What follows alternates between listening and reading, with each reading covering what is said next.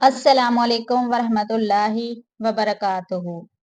صحیح بخاری کی حدیث نمبر 18 ہے۔ کیا فتنوں سے دور رہنا بھی ایک دینداری ہے؟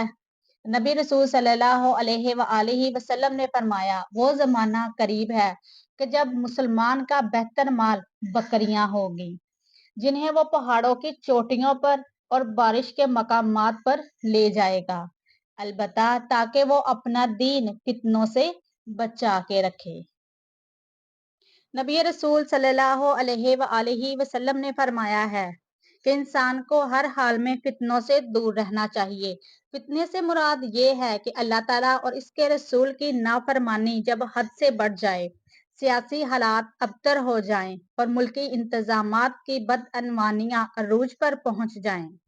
میں صرف دین و ایمان کی حفاظت کے جذبے سے مسلمان کے لیے غوشہ نشینی اور یکسوئی بہتر ہے، اور وہ ایسی تنہائی کی جگہ میں چلا جائے کہ جہاں وہ فتنہ فساد سے بچ سکے، تو یہ بھی ایک دین ہی ہے، اس پر اسے اجر ملے گا انشاءاللہ تعالی۔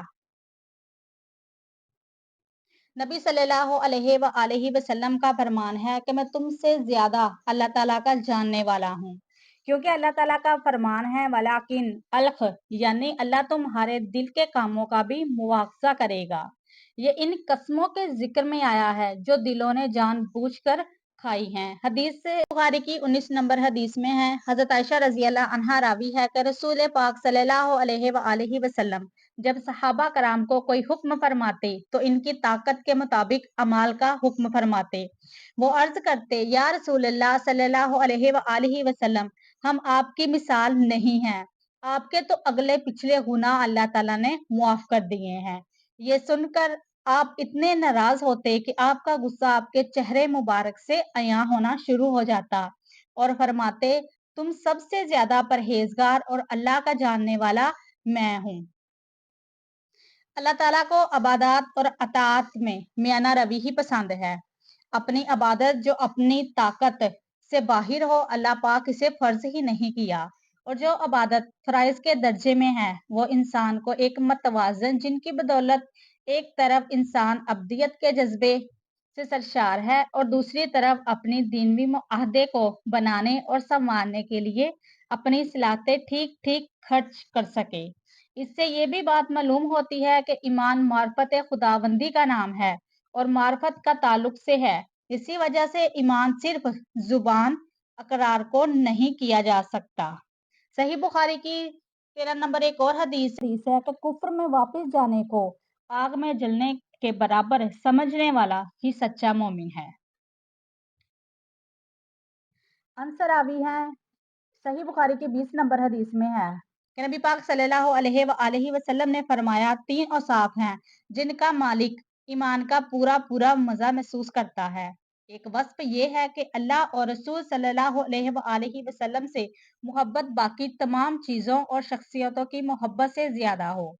دوسرا یہ کہ بندوں سے محبت بھی صرف اللہ کے لیے ہو۔ تیسرا یہ کہ ایمان نصیب ہونے کے بعد کفر کی طرف جانے کو آگ میں جلنے کے سمجھے۔ یہ ایک ایسا مومن جو اپنے ایمان میں اس قدر پکا اور سچا ہو کہ وہ کفر میں واپس جانے کو آگ میں جلنے کے برابر سمجھے۔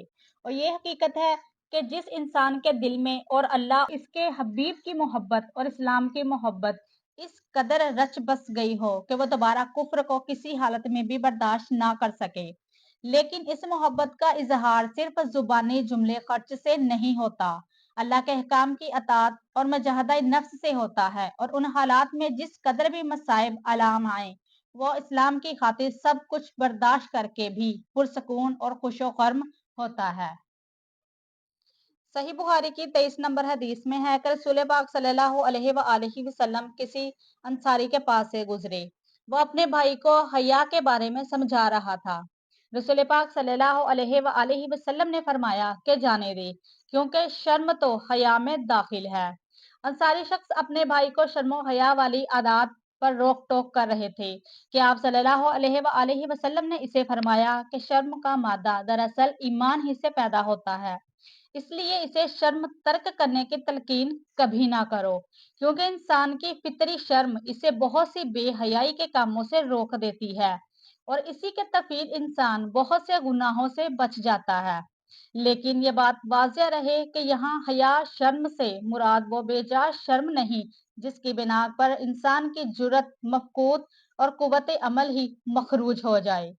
صحیح بخاری کی 24 نمبر حدیث ہے کہ رسول پاک صلی اللہ علیہ وآلہ وسلم نے فرمایا کہ مجھے اس بات کا حکم دیا گیا ہے کہ لوگوں سے قتال نہ کرو حتیٰ کہ وہ اس بات کی شہادت دیں کہ اللہ کے سوا کوئی معبود نہیں ہے اور محمد صلی اللہ علیہ وآلہ وسلم اللہ کے رسول ہیں، اور نماز قائم کریں، زکوٰۃ ادا کریں۔ جب وہ یہ کام کرنے لگے تو وہ اپنے خون، جانیں اور مال ماسوا اسلام کے سزاؤں کے مجھ سے بچا لیں گے، اور پھر ان کا حساب اللہ کے ساتھ ہوگا کہ اسلامی معاشرت جن افراد سے مرکب ہوگی ان کے ظاہر ہی کو اعتبار ہوگا۔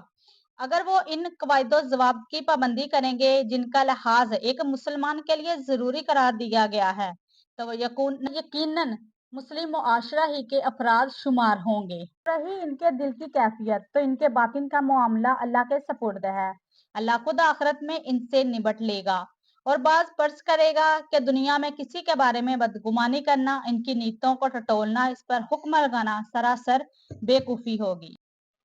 صحیح بخاری کی 18 نمبر حدیث میں ہے کہ اس شخص کے بارے میں جو کہتا ہے کہ ایمان خود ایک عمل ہے، کیونکہ اللہ تعالیٰ کا ارشاد ہے یہ جنت جس کے تم وارث ہوئے تمہارے عمل کا بدلہ ہوگی۔ زخرف اور بعض عالموں نے ارشاد خداوندی قسم تیرے رب کی ہم ان سب لوگوں سے کے عمل کی باز پرس کریں گے۔ ہجر کی تفسیر میں لا الہ الا اللہ کہنا مراد لیا ہے، اور فرمایا ایسی کامیابی کے لیے عمل کرنے والوں کو عمل کرنا چاہیے۔ رسول پاک صلی اللہ علیہ وآلہ وسلم صحیح بخاری کی 25 نمبر حدیث میں ہے کہ نبی پاک صلی اللہ علیہ وآلہ وسلم سے پوچھا گیا کہ کون سا عمل افضل ہوگا؟ آپ صلی اللہ علیہ وآلہ وسلم نے فرمایا اللہ اور اس کے رسول پر ایمان لانا۔ عرض کیا گیا کہ پھر کون سا عمل؟ فرمایا جہاد فی سبیل اللہ۔ عرض کیا گیا کہ پھر کون سا؟ فرمایا حج مبرور، یعنی جس حج کے بعد گناہوں کا ارتکاب نہ کیا جائے۔ یہ تین بنیادی نقطے ایمان، جہاد، حج مبرور اپنی جگہ بہت ہی زیادہ اہم ہیں، لیکن حج کی بات کسی وقتی ضرورت کے تحت ارشاد فرمائی گئی ہے۔ اس طرح بہت سی اور بھی احادیثیں ہیں۔ صحیح بخاری کی 19 نمبر حدیث ہے کہ جب اسلام حقیقی نہ ہو بلکہ ظاہری تابعداری اور قتل کے خوف سے مان لیا جائے تو اس پر نبی پاک رسول صلی اللہ علیہ وآلہ وسلم کا کیا حکم ہے؟ یعنی ہم ایمان لائیں، اے پیغمبر ان سے کہہ دیجئے کہ تم ایمان لائے، بلکہ یوں کہو اسلمنا، یعنی ہم اسلام لائے۔ ہجرات یعنی جب حقیقی معنی میں اسلام مراد ہوگا تو وہ وہی ہوگا جس کے متعلق اللہ تعالیٰ کا قول ہے ان الدین عند اللہ الاسلام۔ آل عمران کی آیت نمبر ہے اللہ کے ہاں مقبول دین صرف اسلام ہے۔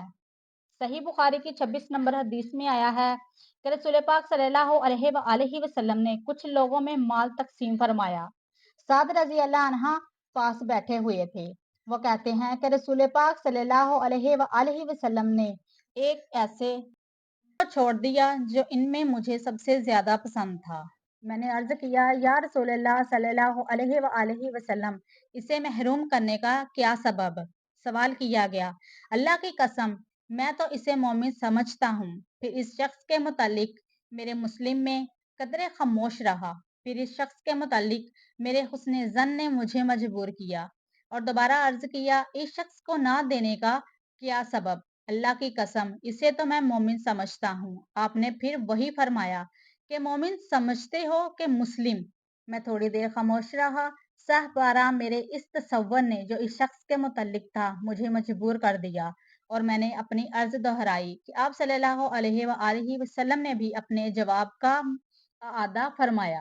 اس کے بعد آپ صلی اللہ علیہ وآلہ وسلم نے فرمایا کہ اسے سعد میں ایسے شخص کو اعادہ فرمایا کہ اس کے بعد آپ صلی اللہ علیہ وآلہ وسلم نے اے سعد میں ایسے شخص کو جس کے متعلق یہ ڈر ہو کہ کہیں اللہ تعالیٰ اسے دوزخ میں اوندھا نہ کر دے دیتا ہوں، حالانکہ دوسرا آدمی نسبتاً مجھے زیادہ محبوب ہوتا ہے۔ مگر اسے نہیں دیتا۔ اس روایت کو یونس صالحہ زہری کے بھتیجے نے بھی زہری سے روایت کیا ہے کہ انسان کو جس بات کی صحیح ہونے کا یقین ہو اس پر قسم کھا سکتا ہے اور سفارش کرنے کا جواز بھی ثابت ہو، اور یہ مسئلہ معلوم ہوا کہ سفارش قبول کرنا یا مسترد کرنا بھی جائز ہے۔ اور اس حدیث مبارکہ سے یہ بھی معلوم ہوتا ہے کہ جنت کسی کے لیے یقینی نہیں سوائے ان 10 صحابہ عشرہ مبشرہ کہ جن کے لیے اس دنیا میں اللہ کے نبی نے صلی اللہ علیہ وآلہ وسلم نے جنت کے یقینی ہونے کا اعلان فرما دیا۔ مومن بننے کے لیے قلبی اعتقاد کی بھی ضروری ہے، صرف زبانی اقرار کرنا کافی نہیں ہے۔ صحیح بخاری کی 20 نمبر حدیث میں ہے کہ اسلام کا پھیلانا اسلام کی صفت ہے۔ حضرت عمر رضی اللہ عنہ کہتے ہیں کہ 3 صفات ایسی ہیں کہ جو شخص انہیں اپنا لے گویا وہ ایمان کو مکمل طور پر اپنا لیتا ہے۔ اپنے دل پر اپنے اعمال کا جائزہ لے کر خود انصاف کرنا، واقف نا واقف ہر مسلمان کو سلام کرنا، باوجود افلاس کے خدا کی راہ میں خرچ کرنا۔ رسول پاک صلی اللہ علیہ وآلہ وسلم سے دریافت کیا گیا کہ اسلام کی کون سی صفت سب سے زیادہ بہتر ہے؟